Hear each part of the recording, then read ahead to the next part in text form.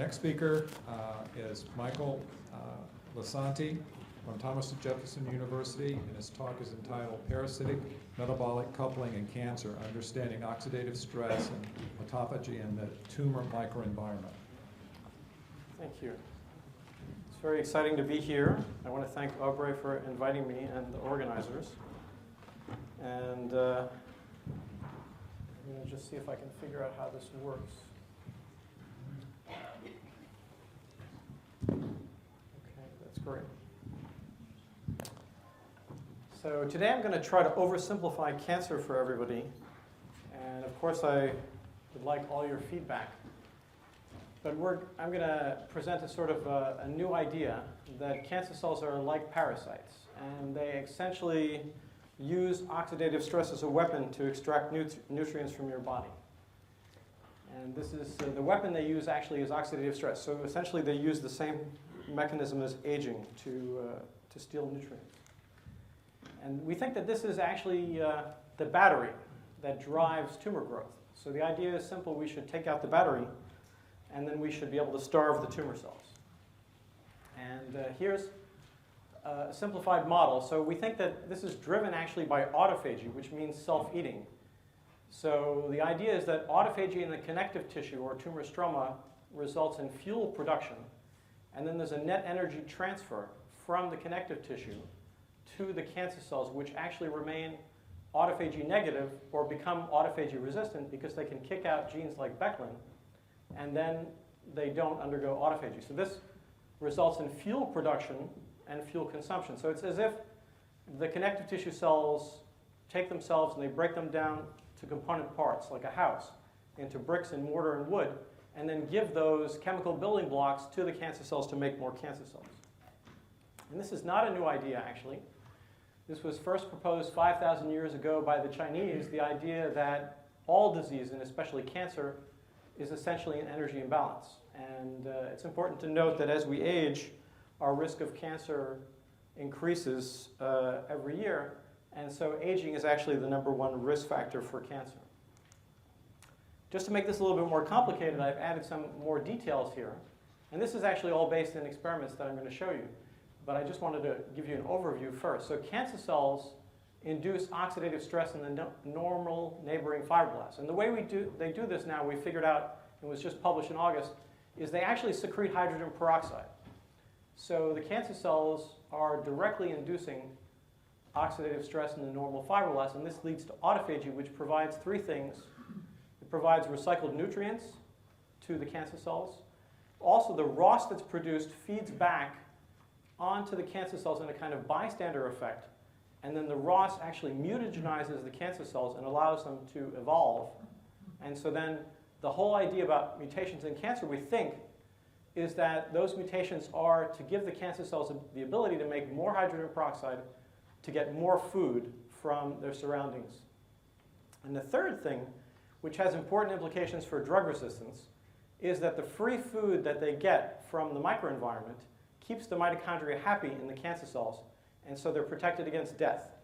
And so when you give a chemotherapeutic agent, if the mitochondria are happy, then the cancer cells don't die. And we also published that in August, basically showing that fibroblasts confer drug resistance upon cancer cells, and we can mimic that with mitochondrial-rich fuels, such as lactating ketones. So here, we also think this probably has something to do with cachexia. So essentially, we're thinking that catabolism in the body essentially provides nutrients for anabolic tumor growth.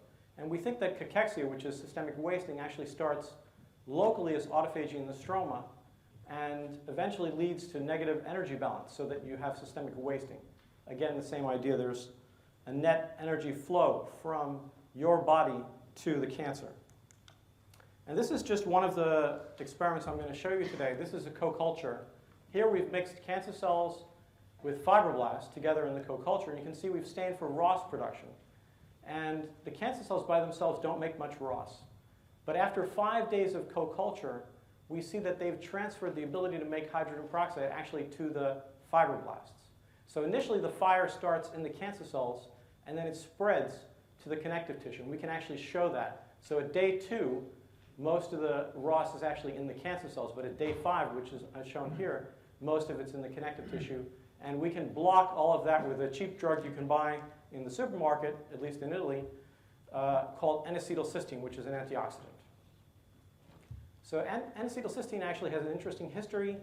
It was first shown to be an anti-tumor agent in 1995, but it's not used at all for cancer chemotherapy. We just tested it on my wife's grandmother. In Italy, she was considered inoperable. She had a tumor the size of a grapefruit because she didn't tell anybody about her breast cancer for 5 years. And so at diagnosis, she was considered inoperable. They didn't want to treat her. We gave her this for 6 weeks. It shrank the tumor to the size of a walnut. And she had the tumor excised, and she's doing fine now. So just to ask, what is the status of mitochondria? And this synergizes quite well with Dr. Berridge's talk. There's something called the Warburg effect. We think it's essentially wrong. We think that Warburg was half right, that tumor cells actually do use mitochondria, and it's the fibroblasts that suffer. So this is cancer cells by themselves, and we've stained here for mitochondria, and they don't really have much. So that confirms the Warburg effect. But we think that's an artifact of culturing cancer cells outside their normal environment, because cancer cells don't exist by themselves in the body. They exist surrounded in nests by fibroblasts. And fibroblasts by themselves have a ton of mitochondria. But if you mix them together in a co-culture and wait 5 days, now we see, actually, that the fibroblasts have eaten their mitochondria by mitophagy, and now the cancer cells have all the mitochondria. Now, this could be mitochondrial transfer, and we do favor that as an idea, but we can also show, essentially, that we can mimic this or phenocopy it with metabolites.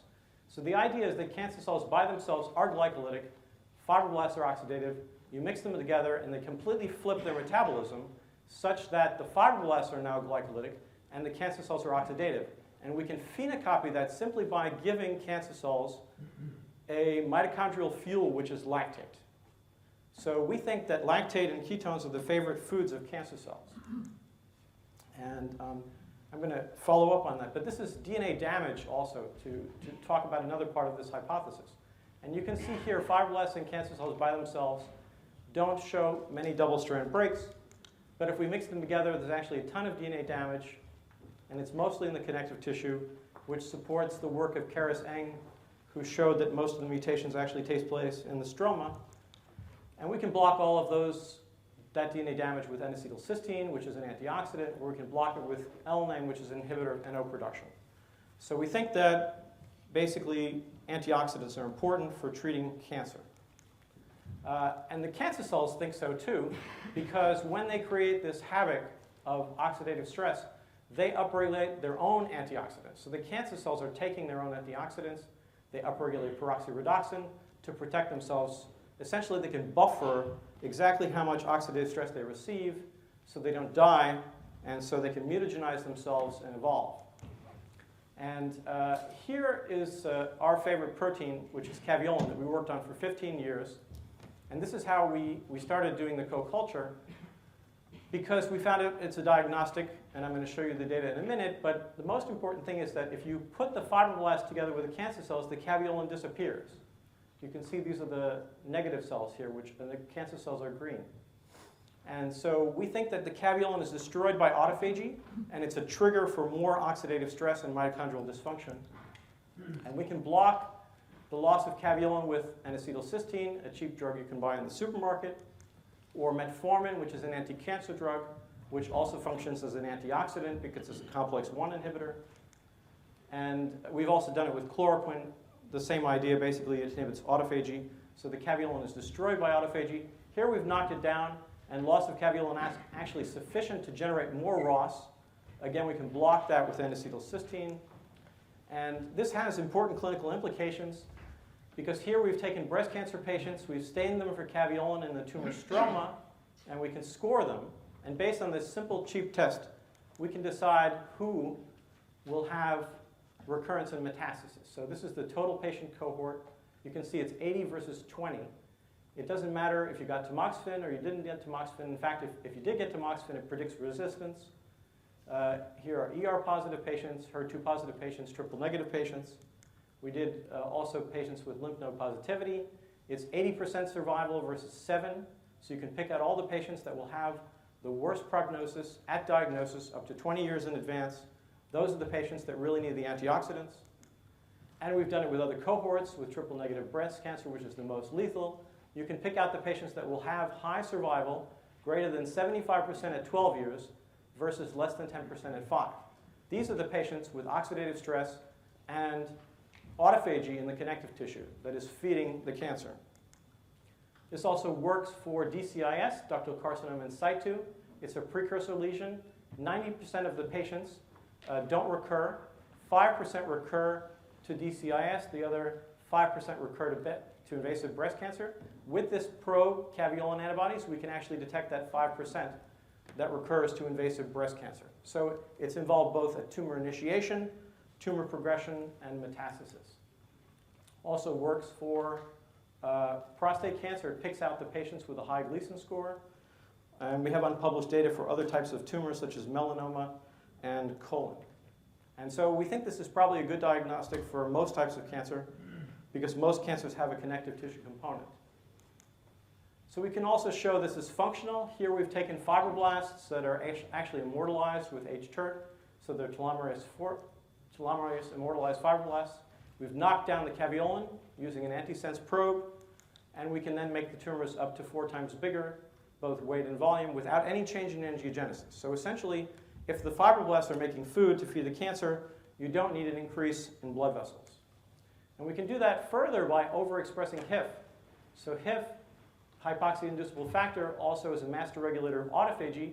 If we take activated HIF and put it in the fibroblasts, we can co-inject that with cancer cells and make the tumors 3 times bigger. If we take the HIF and put it in the cancer cells, we actually make the tumors 3 times smaller. So autophagy in the fibroblast feeds the cancer, and autophagy in the cancer cells kills the tumor. So we think this also suggests that oncogenes and tumor suppressors are compartment specific. The idea is that HIF would act as an oncogene in the fibroblast to make food to feed the cancer, whereas HIF in the cancer cells would actually cause autophagy and result in tumor suppression. And further evidence that metabolites are important for tumorigenesis. Here we've done xenografts, and we figured out the 2 most important fuels for tumor growth we think are lactate and ketones. And if we give IP injection of ketones, you can see we make the tumors about 2.5 times bigger without any increase in angiogenesis. Lactate, we didn't see what we're expecting, but then we looked at metastasis, and we see there's a 10-fold increase in the lung metastasis assay. And interestingly, this is what we give our patients in the clinic. The surgeons give IV lactate ringers, also known as Hartmann solution in England, and this is actually causing metastasis. And we can show that. Here's the lungs of the mice. So we should stop using lactate because it's not good for cancer patients. And this is just showing you what it does. As I showed you earlier, you give lactate to cancer cells, and they undergo mitochondrial biogenesis. We can then actually take these different cells, with and without lactate, and do gene signatures. And we think this is one way to do personalized medicine. So basically, this is the strategy here. We take cancer cells, we feed them high-energy metabolites. They then develop mitochondria. We make a gene signature, and we can pick out the patients then who have recurrence metastasis and poor survival. And those patients should get antioxidants and drugs like metformin, which are mitochondrial poisons. And one outcome of this study was that we also looked at the gene sets that were increased by gene set enrichment analysis. And interestingly, MCF7 cells on lactate look like neural stem cells with a p-value of 10 to the minus 23. Our statisticians at our IBM that work with us, and they did this for us.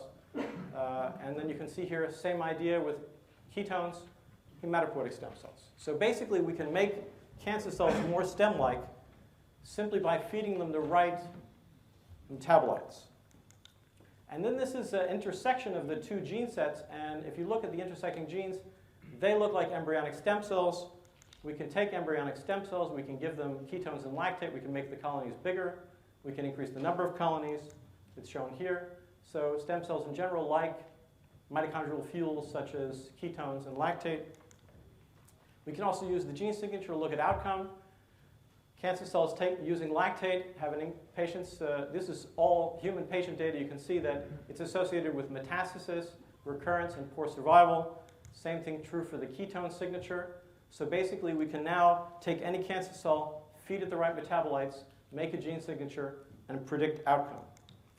And this model that I'm talking about actually is not new. It's been proposed 60 to 100 years ago because it's called the lactate shuttle. And it occurs in muscle. So in muscle, you have fast twitch fibers and slow twitch fibers.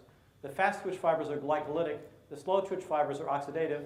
The lactate made in the fast twitch fibers is fed to the slow twitch fibers in this lactate shuttle. Same thing occurs in the brain. The astrocytes are glycolytic. The neurons are oxidative. Again, there's a lactate shuttle. And the way this is accomplished is with specific transporters that shuttle the lactate. The MCT4, or monocarboxylate transporter, spits out the lactate in the glycolytic cells, and the MCT1 sucks it up. And the same thing is true in muscle. There's actually a distribution of MCT4 specifically in the fast twitch fibers and MCT1 only in the slow twitch fibers. In the neurons, MCT1 actually becomes MCT2 because it's a brain-specific isoform, but they're almost identical. So essentially, these transporters should actually be compartmentalized in cancer if there's a lactate shuttle. And so here we've looked at human tumor samples. MCT4 is specifically in the fibroblasts, which are then making lactate and spitting it out and feeding the cancer. You can see the cancer cells are completely negative for this transporter. Here you can see the cancer cell nests. They're all surrounded by fibroblasts that are making lactate, which is being shuttled to them by the MCT4 transporter. And guess what? There's MCT1. It's in the cancer cells. So they're sucking up all the fuel. So again, this provides new targets for therapy. And in fact, several companies have already started to make MCT1 inhibitors, although they're using them for treatment of rheumatoid arthritis, which is a chronic inflammatory disease, just like cancer. And we can also mimic this in the co-culture. So here's the MCT4 in the co-culture. It's not in the cancer cells, not in the fibroblasts. You mix them together, you get oxidative stress. Now that's specifically upregulated in the fibroblasts. The fibroblasts are red because of the MCT4. The cancer cells are green. We can block all of that with N-acetylcysteine, a cheap drug you can buy in the supermarket. Blocks all the upregulation of MCT4. We can cut off the fuel supply. And here are some other related biomarker studies. We can also do this with laser capture. We can actually cut out the stroma and make gene signatures. If we do that, we can completely distinguish. So this is just initially antibody staining. And then we can do gene signatures on the caveolin positive and caveolin negative stroma. And we can make signatures that can completely distinguish between these two different groups of patients. And then we can predict outcome based on the genes that are upregulated in patients that lose caveolin. So we can do something very cheaply with an antibody, or we can do the same thing in a very sophisticated fashion with RNA profiling. And all of this has to do with inflammation, because oxidative stress activates NF-kappa B, which leads to innate immune response. And so we looked at that more specifically. We've shown it with reporters, but here we've done it in the co-culture, measuring the actual cytokines. And you can see here, fibroblasts by themselves, MCF7 by themselves, co-culture. So essentially, mixing fibroblasts and cancer cells leads to a very strong inflammatory immune reaction. This is just a few of the cytokines, but it's essentially a cytokine storm. And so oxidative stress is being induced and inflammation is being induced by the cancer cells. So the cancer cells are acting like macrophages and neutrophils, making hydrogen peroxide and inducing inflammation. And I'd like to thank all the people that did the work, especially my wife, Federica Socha. We worked together. Lots of people in the lab, especially Renee Ballet, Gloria Bonicelli. We have lots of Italians. And all of our collaborators, both here, in the US and also in the UK, especially Agnieszka Winkevich, who is our pathologist, Richard Pastel, and Tony Howell in the UK, our statistician, Aris Syringos at IBM. And I think that's it. Okay, thank you.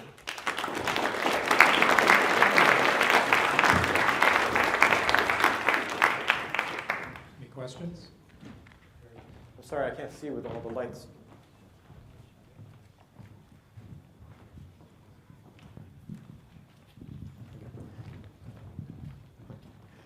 You mentioned a couple of times the use of metformin to damp down this effect. Metformin is the first-line drug for diabetes, and there must be 1 million people out there taking it.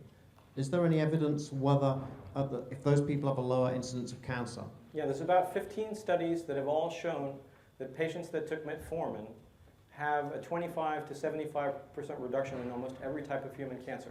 And metformin is a mitochondrial poison. And so that proves unequivocally in humans that cancer cells use mitochondria.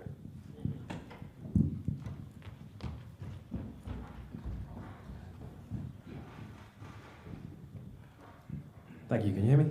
Thank you, Michael. That was a really interesting talk. You mentioned that autophagy in fibroblasts would be more of a contributor to the cancer, and that it would actually provide the macronutrients to feed it. But in the cancer cells itself, it would promote their own death.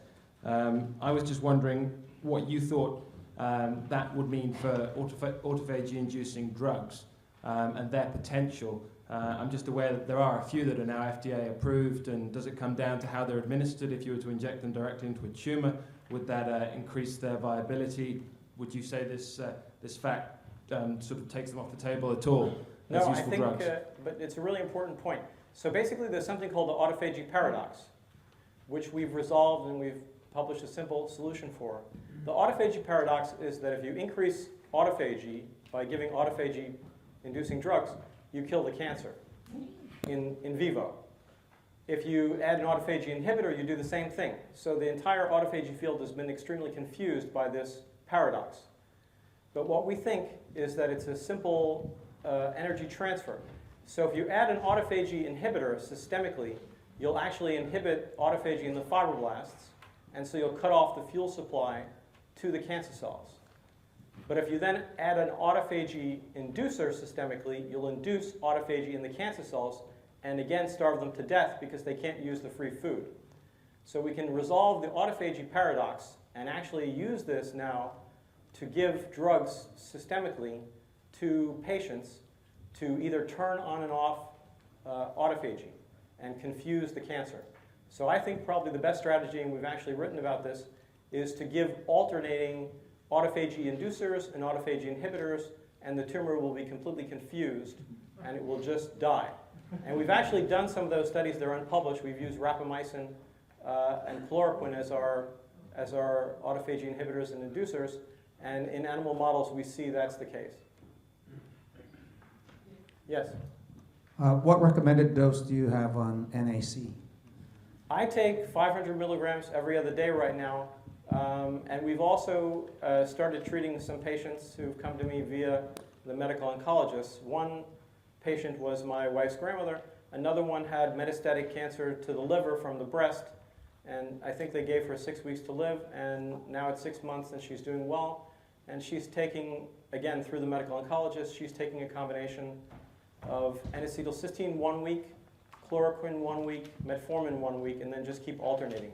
And she had a 70% reduction in tumor mass in the liver in a 6-month period, and her tumor markers went to 0, and she loves to ride horses, and she just won 2 blue ribbons in a recent competition from riding. She's about 55. So basically I think we can treat cancer with cheap drugs that you can buy either in the supermarket or with things you can get with a prescription from a family physician. With respect, that's a bit anecdotal, is it? I mean... Oh no, it is anecdotal, but we're going to do clinical trials now. We're going to do clinical trials both in the UK. But those trials have been done. I mean, 6 years ago, you would have been mainstream. Sorry, I'm over here. What's that? 6 years ago, you would have been mainstream in, antioxidants are a good anti-cancer therapy. Now you seem to be in a minority, and the field seems to be shifting. You didn't really address that. Well, I think there are other good studies that have been published recently. One was done by a group in Seattle. They published a paper in Science where they overexpressed catalase in the mitochondria by changing its leader sequence. And they showed that that increases the lifespan of mice by about 25%. And now what they did is they crossed that mouse with the most aggressive mouse model of breast cancer, which is the polyomyelitis T model. And they converted the tumors from high grade to low grade, and they reduced the metastasis in those mice by 13-fold. And that was just published in BMC Cancer, and we wrote a commentary about that. But there are other things I can't talk about that are coming out in Nature soon. And they also support this idea that cancer cells are parasites. Chloroquine, we think, works just like it does in malaria, because malaria is a parasite. It enters cells, induces oxidative stress, and induces autophagy, and then eats the cells from inside. We think the cancer cells do the same thing from the outside by using hydrogen peroxide. So cancer cells are really extracellular parasites. Dr. Berridge also touched on something called canine transmissible venereal tumor. 2 dogs have sex, and this cancer cell allografts from one dog to the other. Basically, this is a metastatic cancer cell that metastasizes from one dog to the other. People in London have looked at the DNA, the nuclear DNA. They showed that this nuclear DNA suggests that this cell actually was from either a wolf or a coyote from 10,000 years ago.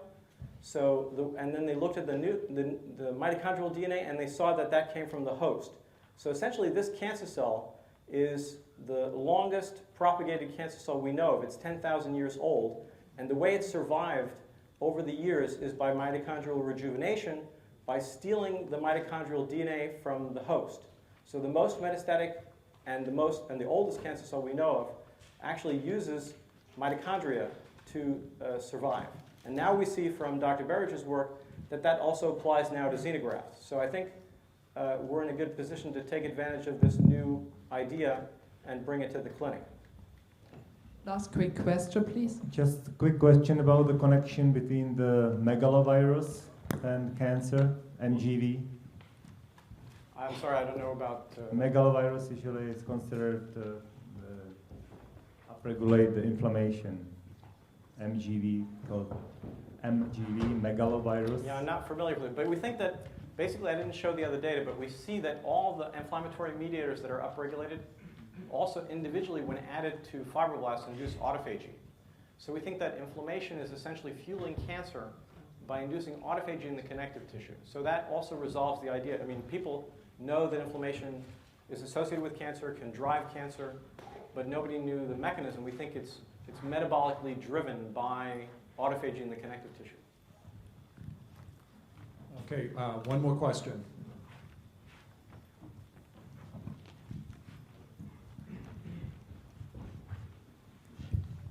Have you experimented with dichloroacetate as a interrupter of these mitochondrial processes?